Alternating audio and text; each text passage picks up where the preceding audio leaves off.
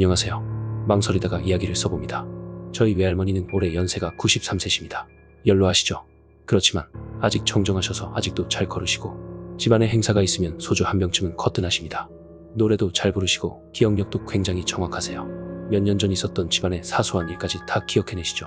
건강도 또래 친구분들 연세에 비해선 상당히 건강하신 편이에요. 워낙 부지런하시고 말이죠. 제가 초등학교 때 할머니께서 자주 해주시던 이야기가 있어요. 범에 대한 이야기였죠.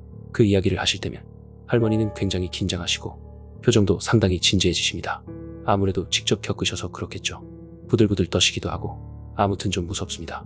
평소엔 안 그러신데 그 이야기를 하실 때는 굉장히 긴장하시면서 하세요. 초등학교 때, 고등학교 때까지 할머니는 그 이야기를 자주 하셨습니다.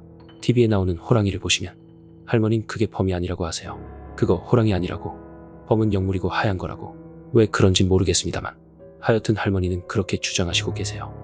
외할머니께서는 20대 초반, 그러니까 1930년대 말 북한 황해도에 사셨습니다.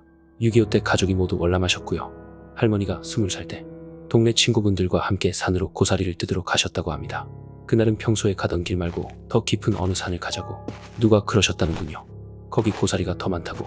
정말 가보니 거긴 인적이 아예 없는 곳이라 고사리가 지천에 깔려 있어서 깊숙이 산에 들어가셨다고 해요. 친구분은 할머니 포함 4명, 길도 없는 그 산을 한참을 올라가서 고사리를 뜯고 여러 가지 산나물도 많이 캤다고 합니다. 큰 광줄이랑 보자기 하나를 이윽고 점심때가 돼서 거의 산 정상부근 바위 위에 앉아서 다 같이 모여 점심을 먹었더랍니다.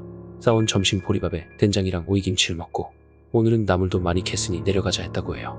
마침 날씨는 비가 오려는 듯 조금 흐렸다고 합니다. 바람도 불고 해서 밥을 먹는 대로 내려가자고 했대요. 그런데 가져온 물이 부족했다네요. 사람은 넷인데 2사람은 목을 축이고 2사람은 물을 거의 못 마셨대요. 식사를 다 하고 내려오는데 친구 하나가 목이 너무 마르다고 칭얼거렸답니다. 정상부근이라 물이 있을 턱이 없고 점점 비가 오려고 날씨는 어두컴컴해지고 갑자기 날씨가 급변했다고 해요. 서둘러 내려오는데 그 목마르다는 친구는 맨 앞에 가고 있었고 뒤에 일행 3명이 따라갔죠. 그런데 갑자기 어디선가 물 흐르는 소리가 나더랍니다. 청명하고 맑은 소리, 시냇물 흐르는 소리, 냈다 정확히 들었다고 해요. 물이 흐르는 소리를 들으니 그 목마르다는 친구에게 친구들은 얼른 내려가서 물을 마시고 오라고 그랬고 그 친구는 무서우니 같이 가자고 해서 할 수 없이 다 같이 그 물 흐르는 밑에 계곡을 찾아 내려갔다고 해요. 그 소리를 따라서 말이죠. 그런데 아무리 내려가도 그 계곡은 나오지 않았다네요. 이상하게 물소리는 들렸다 안 들렸다 하고 다들 너무 지쳐서 그냥 그럼 다시 올라가서 길 따라 내려가자고 하는데 어디선가 굉장히 밝은 그냥 요즘 자동차 서치라이트 비치듯 하는 2개의 불빛이 나타나더랍니다.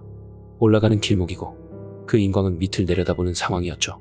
할머니께서 그 모습을 묘사하는데 하얀 털, 그냥 솜 같은 아주 고운 긴 털이라고 하셨습니다. 그 솜털같이 하얗게 덮인 뭔가가 딱 봤을 때 호랑이나 짐승이라고 생각이 드는 게 아니라 사람은 분명 아닌데 사람 같았다고 해요.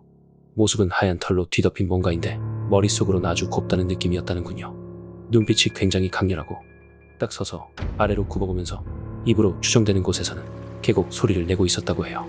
일반적인 범이나 호랑이 소리 이런 게 아니라 시냇물 소리를 내고 있었대요. 그것을 본 4명의 여자들은 광줄이고 보자기고 다 던져버리고 걸음아 나살려라 하고 도망을 쳤답니다.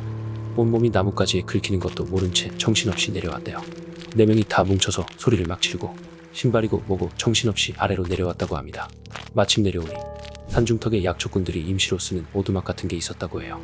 원래 있던 남자의 스님들이 나가고 약초꾼들이 약초를 캐고 어두워지면 묻고 내려가고 그러던 방인데 부지불식간에 거길 정신없이 들어갔대요. 위에서는 그 졸졸졸 소리가 계속 들려오며 따라오고 방 안에는 작은 불상도 있고 염주도 있고 말려놓은 약초를 벽에 걸어놓은 것도 있고 약초 마르는 냄새가 고약했다고 해요. 문고리를 잠그고 다들 울고불고 하는데 갑자기 위에 그 소리가 딱 멈추더랍니다. 그리고 뭔가가 내려오는 소리가 나더니 수연아, 수연아, 수연아.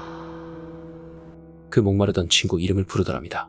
빙빙 돌면서 아주 다정스럽게 너무나도 부드럽게 그 목소리는 그 친구의 어머니의 목소리처럼 들렸다네요. 다들 너무 무서워서 벌벌 떨고 그 누구도 대꾸를 할 턱이 없었죠. 다들 숨죽이고 있는데 비가 막 오더랍니다. 내부는 벌벌 떨고 있을 수밖에 없었다네요. 얼마나 시간이 지났을까. 밖이 잠잠해졌지만 내려갈 생각은 못하고 있었대요. 어느덧 4시 한방에서 잠시 잠이 들었다고 합니다. 새벽에 깨보니 그 목마르던 친구는 없어졌고 비는 계속 내리고 있었답니다. 아무리 밖에 나가 찾아도 찾을 수가 없었고 셋은 마을로 겨우 내려올 수 있었다고 합니다.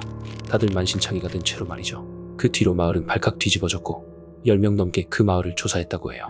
그 친구는 결국 못 찾았다고 하더군요. 시신은 물론 흔적조차도 말이죠.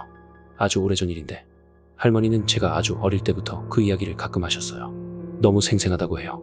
그 불빛이랑 목소리가 아주 영물이라고. 아무도 안 듣는데 독백처럼 하실 때도 있었고 누군가 들으면 너무나 진지하게 말씀하셨죠. TV에 나오는 호랑이는 호랑이고 범은 아니라고 하시는 할머니. 그때 물소리를 내던 존재는 무엇이었을까요? 할머니는 범이라는 게 있다고 하시네요. 아주 무섭고 영악하고 사람 같은 범이. 장산범 이야기를 보다가 언뜻 생각나서 할머니께 말씀드리니 공통점이 있는 듯해서 올립니다. 그 존재는 걸을 때 소리도 안 나고 상당히 빨랐다고 합니다. 머리가 굉장히 좋은 것 같았다고 하고 하얀 솜털 같은 걸로 가득한 존재. 과연 그건 뭐였을까요? 100% 실화임을 밝힙니다.